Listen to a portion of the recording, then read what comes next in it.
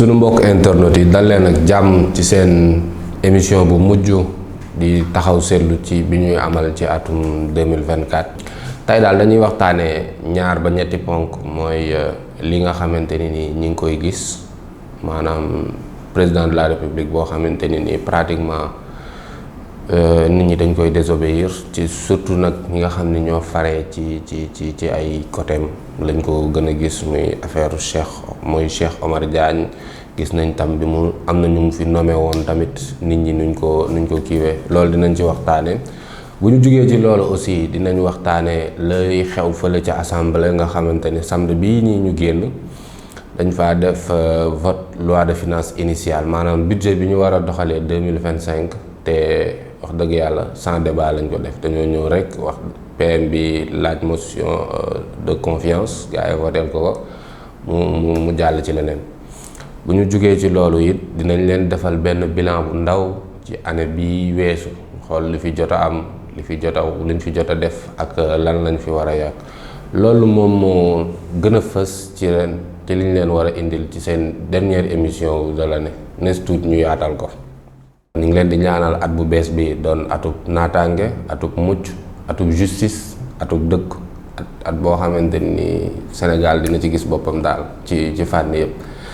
balaa nag at boobu di kii dañuy def bilan bi li fi jot a xew bokk na ci posture bi président de la république am ndax moom ba mu ñëwee ci bopp réew mi ba léegi wax dëgg yàlla am na nu mu taxawee moom nag gis nañ ni moom daal lii nga xamante ni mooy taarixu Sénégal am na fu mu ko bëgg a yóbbu waaw mais démb bu ci fan yi di passé dafa am loo xamante ni nii lu xew muy Cheikh Omar Diagne moom il est coutumier li tubaab di wax il est coutumier des faits maanaam ci yooyu daal la yàgg a dox moom bu génnee rek nit ñi tar seen gémmiñ bii nag dañuy laaj ndaxam moom dafa am problème ak passé wu Sénégal wala lan moo ko jot lan moo tax rek moom à chaque fois bu génnee lu ñëpp li jàppoon ni loolu la rek moom faw mu génn rek sànni ci suuf jaxase ko ba mu jaxasoo ba nit ñi daal duñu xam fu ñuy teg bi ci mujj nag mooy kàddu yu ñagas yooyu mu yëkkati teg ko ci kaw ndoddu tirailleurs yi loolu nag wax dëgg yàlla respect bi ñu am ak suñuy téléspectateur tax na ñun wax dëgg mënuñoo jaaraat ci kàddu yooyu mais ñaaw daal def na ko ndax yëkkati na ay kàddu yu ñagas yoo xamante ni nii wax dëgg yàlla teg na ko ci ñi nga xamante ni ñooy tirailleurs sénégalais léegi nag ñuy laaj rek xam nga ku yàgg a def moom boo defatee nit ñi dañuy joxoñ baaraam rek ne kii moom wax dëgg yàlla nii la yàgg a dundee léegi du laaj bi nag mooy Bassirou Diomaye Diakhar Faye ndax mi ngi wéy di am ay prérogative am ba léegi ndax bii mu mujj moom wax dëgg yàlla bi mu génnee gis nañ ni même le porte-parole du gouvernement moom dafa génn pratiquement désavoué ko quoi ne moom daal wax dëgg yàlla dafa juum gu jéggi dayoo la juum léegi nag loolu day samp beneen laaj ndaxam Bassirou Diomaye Faye mooy diriger ba léegi moom mooy nommé moom mooy dàq ndax boo seetloo ba ñu falee kii di Samba Ndiaye nga xamante ne nii bokkoon na ci ancien régime bi waa Pastef dañoo jóg yëngatu muy DG yi nga xamante ne nii ci ñoom la ñu fare ay directeur général yoo xamante ne du ñu tuuti ci parti bi jóg nañ daal yëkkati seeni kàddu ne ñoom daal d'accord ñu ci yuuxu waaw ba ñu yuuxoo nag Bassirou Diomaye Faye ba ko journaliste yi laajee dafa leen ne moom daal wax dëgg yàlla ki ne mooy premier ministre bi xam nga dafa ne moom it bi coow li yuuxoo bu coow li bëree dafa def lii di post Twitter ak Facebook mu ne wax dëgg yàlla dinañ ut ay mesures jooyanti yoo xamante ne nii yu mel nii dootul amati loolu nag bi mu amee kii di président de la république bañ ko ci laajee da ngeen di dem laaj kooku ki wax loolu moom lan mooy mesure coercitive corrective du moins lan mooy li mu wax noonu maanaam daal mu mel ni kuy soriwoo ak li premier ministre bi wax ñu gisaat nag Cheikh Omar Diagne moom waxoon fi lu ñu ñagas ci buuru Maroc dara fekk ko ci suñu mag ñi baax ñi nga xamante ni ñoo ñoŋal tey diine l'islam fii ci Sénégal mu jëlee ay kàddu yoo xamante ni yu ñagas teg ko seeni kaw dara fekk ko ci léegi ñuy laaj nag ndaxam moom dafa am li tubaab di tuddee totem d'impunité maanaam moom daal wax dëgg yàlla li ñu si fekk ñun citoyen lambda yi moom fekk ko ci moom lu ko neex lay wax ku mu blessé ku mu tooñ ak yoonam nekku ci te même laaj bi sax mën nga koo gënal sori ndax ki nga xamante ni nii mi ngi en poste fële ca palais de la république mu génn di def yenn wax yi nit ñi porté nañ plainte yi jàll bon kenn xamul plainte yi fu mu mujjee ba léegi daal ma nga continuer di nekk ca la mu nekk moom nit ñi bëggoon nañ fi marche kenn xamul lu tax marche bi mu jul ànd léegi loolu yëpp bu ko justice bi gisee est-ce que dina nekk loo xamante ni nii dina ko tax mu mën a am indépendance totale def liggéeyam ni mu waree ndax boo nekkee di liggéeyee palais présidentiel palais de la république du moins après léegi ngay def yenn erreurs yi ki nga xamante ni mooy sa patron di président de la république moom dëgg ci tànkam ndax am loolu dina nekk situation boo xamante ni justice dina mën a def liggéeyam ni mu ko waree ndax wax dëgg yàlla kee palais la nekk te président moo nekk ci wetam waaw ñuy day poser yeneen question léegi ñuy laajte mais Cheikh Omar lan moo tax rek moom mu war a continuer ci logique bii mu nekk président de la république gis ko dina tekk daal kenn du ci wax kenn du ci def te lu ci gën a yéeme mooy bërki démb Njaay le président bi jug invité ay naataangoom yoo xamante ne nii ci sous-région bi lañ nekk ñu ñëw fii pour ñoŋal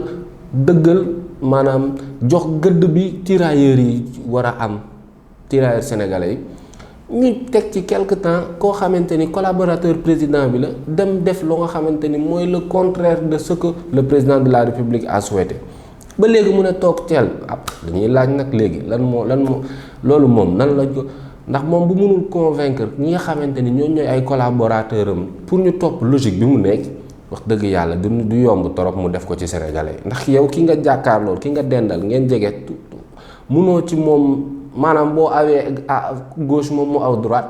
nga bëgg sénégalais yi topp la loolu day xaw a jaxase loolu daal moom moo nekkoon lu ñu waroon mën a laaj ci affaire u Cheikh Omar Diagne buñ ci jógee nag dañuy dem fële ca assemblée bu leen fàtte ni fi mu toll nii ña nga ca woon votu budget beeg yooyu noonu li tubaab di wax loi de finance initiale maanaam budget bi nga xamante ni Sénégal moom la war a doxee ci année 2025 bi bii paa nag moom daa am lu fa xew loo xamante ni ndéem daan na yow sax waaye xaaruñu ko woon ci ñii daal Ousmane Sonko daal dafa dem laajte motion de confiance député yi jox ko mu def vote sans débat maanaam moom daal budget bi laa la indil moom laa bëgg ngeen voteel ñu ko ñu voté ko sans débat ñoom nag nee nañ ci seen i explication yi ñu joxe temps bi moo xaw a gàtt ba tax na wax dëgg yàlla mënuñu faa nekk di débattre loolu daal moom mooy wax ji bu leen fàtte nag moom it def na li ñuy wax déclaration de politique générale waaye loolu du kii ba du ci problème boobu noonu la ñu mën a taxawaat li gën a kii daal mooy loi de finance initiale bii nga xamante ni wax dëgg yàlla doon na gën a rafet wala doon na gën a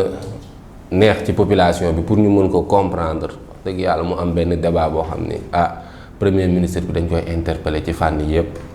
comme nag ñoom loolu lañu décidé dañu toog xool rek année 2024 bi moom pratiquement jeex na ñu ngi dugg ci 2025 léegi nag dañ leen di fàttali rek li fi jotoon a xew li si njëkk mooy élection présidentielle ba ñu puusoon waaw Macky moom ba mu fi toogee li ko gënaloon mooy ñu def ko ci weeru décembre bii passé waaye nag conseil constitutionnel mujj cee d'accord ak moom gannaaw ci loolu nag la ñu patamee yëf yëpp def li ñuy def ba kii di Bassirou Diomaye Faye nekk président de la république moom nag balaa muy ñëw dafa am yu bëri yoo xamante ni nii daf ko waxoon sénégalais ba ñu bëri am ci espoir bi ci njëkk mooy nee na woon moom bu ñëwee lii nga xamante ni mooy conseil supérieur de la magistrature moom da ciy génnee loxoom boobu ba léegi ñu ngi xaar concrétisation promesse boobu waaye dafa mel ni dellu ginnaaw la gën a jege dëggal li mu waxoon ndax boo seetloo ba ñu defee assise de la justice génn wax ko liñ koy wax moom dafa jékki-jékki ne waaw dafa waxtaan ak magistrat yi daal ñoo ko ñaan ne ko bul génn ci conseil bi léena nag ba léegi génnul ci ca la mu waxoon waaye tamit situation bi mi ngi noonu daal ba léegi continuer beneen affaire tam boo xamante ni nii war nañ leen ko fàttali mooy promesse bi ñoom ñu defoon seeni campagne ba jëloon sax ay kàddu yoo xamante ne nii yu xaw a ñagas la ne lii ñu tuddee caisse noire fii ci Sénégal dafa xaraam te ñoom bu ñu ñëwee dañ koy beddi waaw ba fii ñuy wax ak yéen nag wax dëgg yàlla loolu ma ngay am ci Sénégal ba léegi ñuy laajte ndaxam li xaraamoon 2024 dafa dagan 2025 loolu moom mooy laaj bi. beneen affaire am ci 8 mois yi nag wax dëgg yàlla am na leen loo xamante ni bu leen ko fàtte mooy Sonko dafa ne woon moom ñoom bu ñu yéegee ci 100 premiers jours yi dinañ wàññi dund gi considérablement maanaam dinañ wàññi dund gi ba nga xamante ni Sénégalais bu nekk dina ci gis boppam waaw bi ñu kiiwee nag mburu bi de wàññi nañ ci juróomi dërëm te yenn boulanger yi nee nañ poids bi tam dañ koo wàññi c'est-à-dire daal ab li tubaab di wax mesurette la lii di suukar bi tamit naka noonu te bi ñuy présenter mesures yooyu dañ ne woon weeru avril ceeb bi dina ci topp boobu ba léegi ñu ngi toog di xaar benn dara xewagu fa li ñuy mujjee wax nag mooy li tubaab di woowe reddition des comptes maanaam ñu xayma xaalis li Sénégal doon dundee ni xayma daal ci gàttal Sonko bi mu yegsee dafa jël baaraamu tuuma joxoñ ko ñi nga xamante ni ñoo nekkoon fii ci nekkoon ancien régime bi mooy dignitaires yi ku mel ni Moustapha Ba Abdoulaye Daouda Diallo Amadou Ba ak Macky Sall mu dem daal nee leen ñoom dañoo jël chiffres yi daal bindee ko nu leen neex pour tremper ñi nga xamante ni ñooy suñuy partenaire financier dugal Sénégal ci guuta goo xamante ni kenn xamul lan la boobu ba léegi nag ñi ngi xaar ndax dafa ne rapport boo xam ne daf ko jox Cour des comptes mu waroon ko certifié boobu ba léegi nit ñaa ngi xaar rapport génnagul firnde amagu ci ñu ne déetawaay ñuy ubbi campagne électorale pour législative yi Ousmane Sonko tamit génnaat ne ñii daal li ñu def ci alalu réew mi foo ko natt rek ci yàquteeg ci ñaawteef dépassé na ko nee na ci gàttal daal am na benn compte boo xamante ne nii ñoom teg nañ ci seen bët compte boobu benn la ci compte benn nit compte boobu am na 1000 milliards maanaam budget Sénégal boo ko diviser boo ko séddalee juróom-ñaari pàcc benn pàcc bi la benn nit yor ci compte mi te du compte yëpp benn ci compte mi ñoom nag neewoon nañ ni bu ñu yéegee bu ñu gañee léegi di assemblée bi après dinañ ci indi firnde ba tey xëy na dinañ indi firnde boobu noonu ci 2025 bi nit ñaa ngi toog di xaar loolu moo gënoon a fës li ñu leen bëggoon a indil fii ci seen émission taxaw seetlu di joxante dig daje 2025 di leen ñaanal atu naataange at goo xamante ni Sénégal dina ci gis boppam at goo xamante ni dëgg dina nekk luy njëkk ak luy mujj ñu ñaanalante ba 2025 incha allahu rabbi